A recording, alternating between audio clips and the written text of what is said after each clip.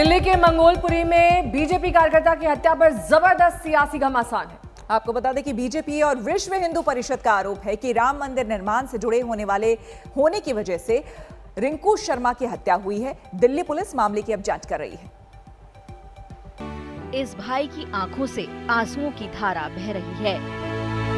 बड़े भाई की बेरहमी से हत्या पर गम तो है, आक्रोश और हो भी क्यों ना, एक नौजवान पर दरिंदगी की गई, उसे पीट पीट कर मार डाला गया। ये वारदात झकझोर देने वाली है, सिर्फ इसलिए नहीं कि एक नौजवान की हत्या हुई, इसीलिए भी क्योंकि इसके पीछे मजहबी नफरत से भरी खतरनाक मानसिकता है। परिवार बता रहा है कि रिंकू इसीलिए निशाने पर आ गया क्योंकि वो एक राम भक्त था, राम मंदिर निर्माण से जुड़ा था और बीजेपी के कार्यक्रमों में बढ़ चढ़कर हिस्सा लेता था। ये रात में भैया को मारने सारे डंडे वगैरह लेके आए थे। रात में इन्होंने पहले भैया को डंडों से मारा, हमें भी मारा, मम्मी पापा तक को मारा मेरे, और फिर भैया को बाद में इन्होंने बाहर निकाल के चाकू मार दिया। और इन्होंने इमरजेंसी में भी मारा मेरे भाई को। पहले हमने जो बीच में अभी एक रैली निकाली थी राम मंदिर के, उस पर तो इस चक्कर में थोड़ी अनबन हुई थी इनसे बहुत, वो 4-5 महीने पहले, तो उसी की दुश्मनी को लेके हमारे पीछे पड़े हुए थे। परिवार वालों की माने तो हत्यारों ने घर पर धावा बोल दिया। रिंकू के साथ साथ बुजुर्ग माता पिता पर भी हमला बोला। इस वारदात पर अब दिल्ली की राजनीति उबल रही है। क्या कसूर था रिंकू का? सिर्फ यही ना कि 5 अगस्त को जब प्रधानमंत्री अयोध्या में राम लला की पूजा कर रहे थे, उसने शोभा यात्रा निकाली। उसका यही कसूर था कि वो मंदिर निर्माण के लिए निधि समर्पण का कार्यक्रम कर रहा था।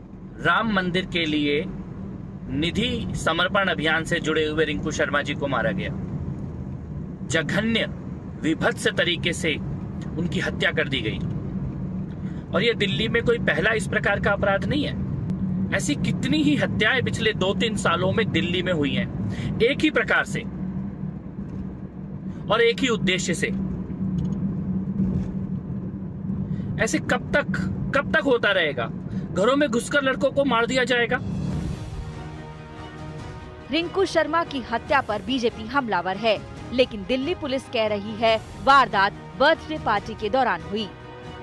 एक बर्थडे पार्टी के दौरान कुछ लड़कों के बीच में आपस में लड़ाई झगड़ा हुआ, और उस लड़ाई झगड़े के दौरान कुछ लड़कों ने एक जो रिंकू नाम का लड़का है उसको चाकू मार दिया था। तो इसमें 4 लड़कों के नाम शामिल आए थे, चारों को हमने अरेस्ट कर लिया है। दिल्ली पुलिस ने 4 आरोपियों की गिरफ्तारी की है। तफ्तीश शुरू हो गई है, लेकिन उससे पहले ही राजनीतिक तनातनी की तलवारें तन चुकी हैं। आज तक ब्यूरो। और आपको बता दें कि रिंकू शर्मा जो कि मृतक है, उनके भाई से बात की है हमारे संवाददाता हिमांशु मिश्रा ने। सुनिए क्या कुछ कहा। हमारे साथ बात करने के लिए मन्नू शर्मा, रिंकू के भाई हैं। मन्नू, क्या हुआ था? पूरी वारदात बताएं। ये लोग हमारे राम जी को विरोध करते थे। 5 अगस्त को एक हमने छोटा सा प्रोग्राम राम जन्मभूमि के ऊपर हमने एक छोटी सी रैली निकाली थी, राम यात्रा निकाली थी। तो उसमें रिंकू भैया भी, मेरे बड़े भाई भी मौजूद थे और सारे संगठन के लोग मौजूद थे। तो ये उसी दिन से भैया के पीछे पड़े हुए थे। इन्होंने पहले भी इनसे एक बार अनबन हुई थी राम जन्मभूमि के बाद, तो इन्होंने उस टाइम भी धमकियाँ दी थी, लेकिन उस टाइम हमने कोई कंप्लेंट वगैरह नहीं करी, क्योंकि हम आपस में ही फिर हमने कहा चलो कोई बात नहीं होता है। लेकिन ये उसी टाइम से पीछे पड़े हुए थे, और कल इन्होंने मौका देख के भाई का पीछा किया और भाई को, पूरी फैमिली पे हमारी अटैक किया पहले, और जैसे ही हमारे भैया बाहर गिर गए 20 मीटर की दूरी पे भैया को इन्होंने चाकू मार दिया। कितने लोग आए थे? पूरी ये 5 भाई हैं, पांचों के पांचों मंगोलपुरी में रहते हैं। 5 थे, 5 के बच्चे थे और इनकी बीवियां थी। एक ही परिवार के लोग? हाँ जी, ये 5 भाई हैं। 5 भाई हैं, मंगोलपुरी में रहते हैं। अच्छा, पुलिस ने ये कहा कि ये तो कोई पार्टी वार्टी में, कहीं बर्थडे पार्टी में झगड़ा? फ्रेंड्स का बर्थडे था, लेकिन वो 5-10 मिनट पहले भागे भागे घर आए कि ये ऐसे मेरे को मारने की धमकी दे रहे हैं। तो और ये पीछे से मारते मारते घर आ रहे थे भैया को, तब भैया भागे भागे आए तो बात हुई। भैया के फ्रेंड्स का बर्थडे था, लेकिन वहाँ बर्थडे पार्टी में ये लोग मौजूद नहीं थे, ना इनसे कोई झगड़ा था। भैया को जैसे ही इन्होंने अकेला देखा तो ये भैया के पीछा करते करते आए मारने के चक्कर में। और मंगोलपुरी जहां पर ये वारदात हुई, वहां से जुड़ गए हमारे संवाददाता हिमांशु मिश्रा। हिमांशु, पूरा मामला अब सियासी रंग ले चुका है। पुलिस का वर्जन कुछ और है। हमने कुछ देर पहले आपकी वो बातचीत सुनी जो आपने रिंकू शर्मा के भाई से की थी, लेकिन दरअसल सच्चाई क्या है? क्या ये पूरा मामला धर्म को लेकर है? पहले भी ऐसे झगड़े होते रहे थे? देखिए, पुलिस का ये कहना है कि झगड़ा वहां पर शुरू हुआ, रिंकू बीच बचाव करने आए, किसी दूसरे लड़के का इन लोगों के साथ झगड़ा हुआ, रिंकू बीच बचाव करने आए थे और उसके बाद ये झगड़ा बढ़ गया। लेकिन परिवार इससे इत्तेफाक नहीं रहता। परिवार का ये कहना है कि ये झगड़ा 5 अगस्त से तब शुरू हुआ था और उसके बाद वो लोग धमकी दे रहे थे, लेकिन वो लोग पुलिस के पास नहीं गए जब ये चंदा मांगने के लिए निकले हुए थे। अब पुलिस इस मामले को इन्वेस्टिगेट कर रही है। पुलिस का कहना है कि जैसे ही हमें शिकायत मिली थी, हमने तुरंत एफआईआर दर्ज की और 4 आरोपियों को, जो नाम पहले बताए गए थे, उन चारों आरोपियों को गिरफ्तार कर लिया है। अब पूरा इन्वेस्टिगेट किया जा रहा है। जो भी परिवार शिकायत कर रहा है, उनका कहना है वो भी इन्वेस्टिगेशन में, पुलिस का कहना है कि वो सारी चीज़ें भी आएंगी। इसके अलावा कई वीडियो भी पुलिस के हाथ लगे हैं, उन वीडियो की भी तफ्तीश हो रही है, उनकी भी जाँच की जा रही है। आप देखिए, यहाँ पर हम मौजूद हैं और पुलिस यहाँ पर है, पुलिस की सिक्योरिटी यहाँ पर बढ़ा दी गई है। हम आपको उस गली में दिखाते हैं, यहाँ पर अच्छी खासी लोगों की भीड़ अब यहाँ पर इकट्ठी हो गई है। आस पड़ोस के लोग यहाँ पर काफ़ी संख्या में आप देख सकते हैं पहुँचे हुए हैं। तो जो परिवार का बयान है और जो पुलिस का कहना है, उन दोनों ही लाइन पे इन्वेस्टिगेशन अभी चल रही है और पुलिस सच तक पहुंचने की कोशिश कर रही है। जी बिल्कुल, बहुत बहुत शुक्रिया आपका हिमांशु तमाम जानकारी के लिए। अब ये इन्वेस्टिगेशन का विषय है कि दरअसल इसके पीछे की सच्चाई क्या है। रुक करेंगे अगली खबर का। बंगाल के चुनावी युद्ध में आपको बता दें, बीजेपी ने जय श्री राम का नारा बुलंद कर दिया है। कूच बिहार के मंच से अमित शाह ने जिस ताकत से जय श्री राम का शंखनाद किया, उससे साफ हो गया है कि बीजेपी किस हद तक श्री राम के आसरे है।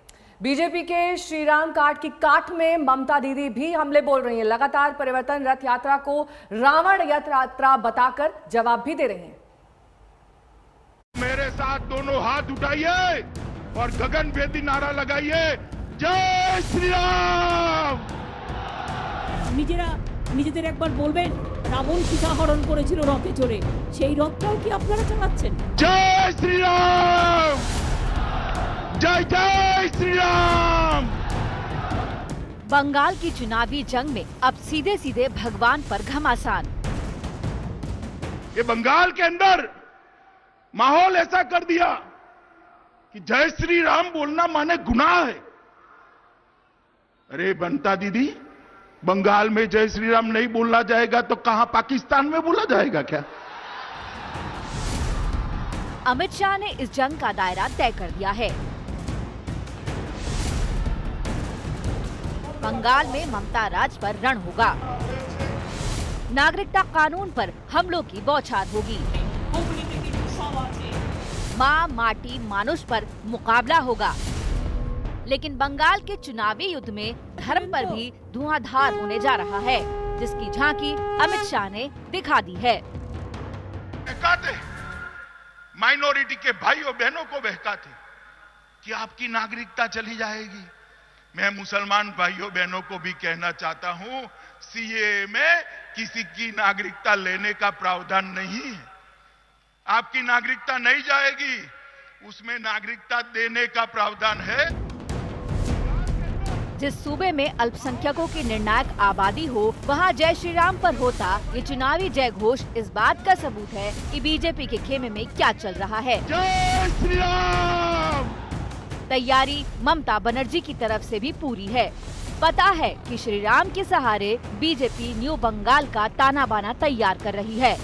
ममता बनर्जी को भी जहां मौका मिलता है, वो काउंटर हमले से चूकती नहीं है। প্রতিবাদ টানি, আমি পুরীতে গেলে জগন্নাথ দেবের পুজো দিই।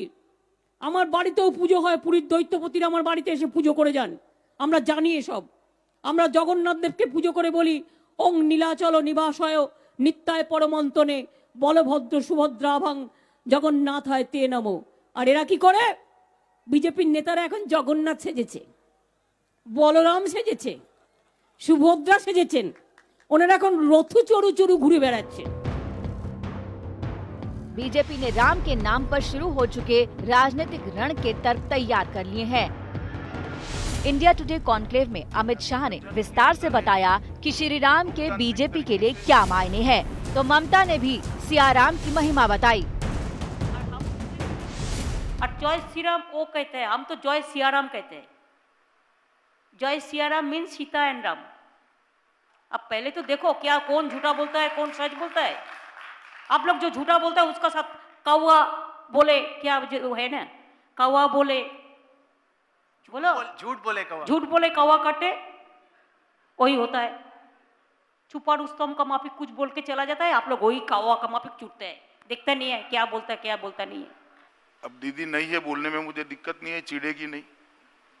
टीवी पर मुझे तो मालूम देखेंगे। नहीं है वो जय श्री राम के नाम से क्यों चिढ़ती है इतना। और जय श्री राम ये कोई इसको धार्मिक नारे के रूप में इंटरप्रेट करने का प्रयास जो तृणमूल कांग्रेस कर रही है वो गलत है। श्री राम के नाम पर इस शंखनाद की गूंज आपको आने वाले दिनों में और तेज सुनाई देगी। बड़ी बात नहीं कि बंगाल के महाभारत में मजहब सबसे बड़ा मुद्दा बन जाए। आज तक ब्यूरो। जय बंग। जय जय श्री राम।